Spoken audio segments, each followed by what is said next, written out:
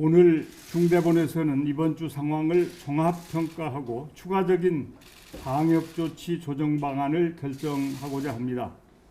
각계의 다양한 의견을 바탕으로 고심을 거듭한 끝에 다중이용시설의 영업시간 제한을 조정합니다.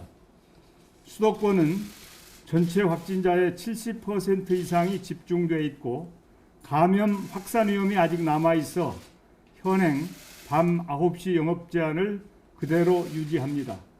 반면 상황이 점차 호전되고 있는 수도권 이외 지역은 밤 10시로 제한을 완화하되 현행 유지를 원할 경우 지자체의 자율권을 존중하겠습니다. 자세한 조정 내용은 회의 후 브리핑을 통해 국민 여러분께 보고드리겠습니다.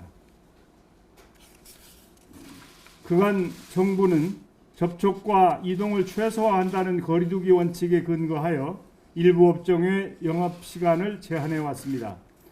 지난 연말 하루 1000명을 넘나들던 확진자를 한 달여 만에 300~400명대로 줄일 수 있었던 요인 중 하나도 바로 영업시간 제한 조치였습니다. 그러나 방역에 협조하느라 장기간 영업을 제대로 할 수 없었던 소상공인과 자영업자의 고통은 더 이상 감내하기 어려운 수준에 와 있습니다. 코로나19의 영향으로 지난해 자영업자는 전년보다 75,000명이나 줄어 3년 만에 가장 큰 폭으로 감소했습니다. 방역을 하기 싫다는 게 아니라 살고 싶다는 겁니다라고 절규하는 한 자영업자의 목소리를 들으면서 중대본부장으로서 가슴이 미어지는 심정입니다. 이번 영업시간 완화 조치가 그동안 깊게 패인 자영업자들의 상처를 아물게 하는데 턱없이 부족하다는 점을 잘 알고 있습니다. 마음껏 가게 문을 열고 영업하시게 될 날을 앞당길 수 있도록 정부가 더 분발하겠습니다.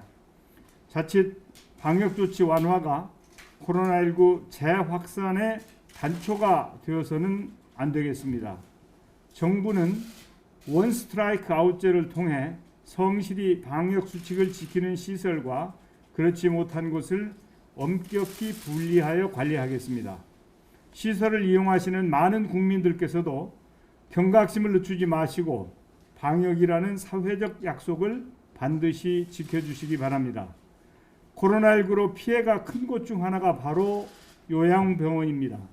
많은 분께서 안타깝게 세상을 떠나셨고 완치된 분도 입원을 거절당하고 있는 것이 현실입니다. 이런 가운데 경기도의 한 요양병원은 코로나19 치료를 마친 환자들에게 기꺼이 병상을 내어드리고 있어 감동을 주고 있습니다. 이 병원은 코로나19 집단 감염으로 큰 아픔을 겪었음에도 어떤 환자라도 차별해서는 안 된다는 원칙을 충실히 지키고 있다고 합니다. 깊이 감사드립니다. 감염병은 사회를 분열시키고 갈등을 부추기는 속성이 있다고 합니다.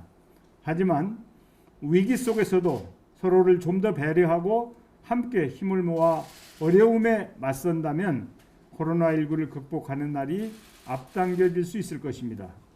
모든 국민들께서 서로의 온기에 의지하면서 고난의 시간을 헤쳐나가다 보면 희망의 봄은 우리 앞에 성큼 다가와 있을 것입니다. 감사합니다.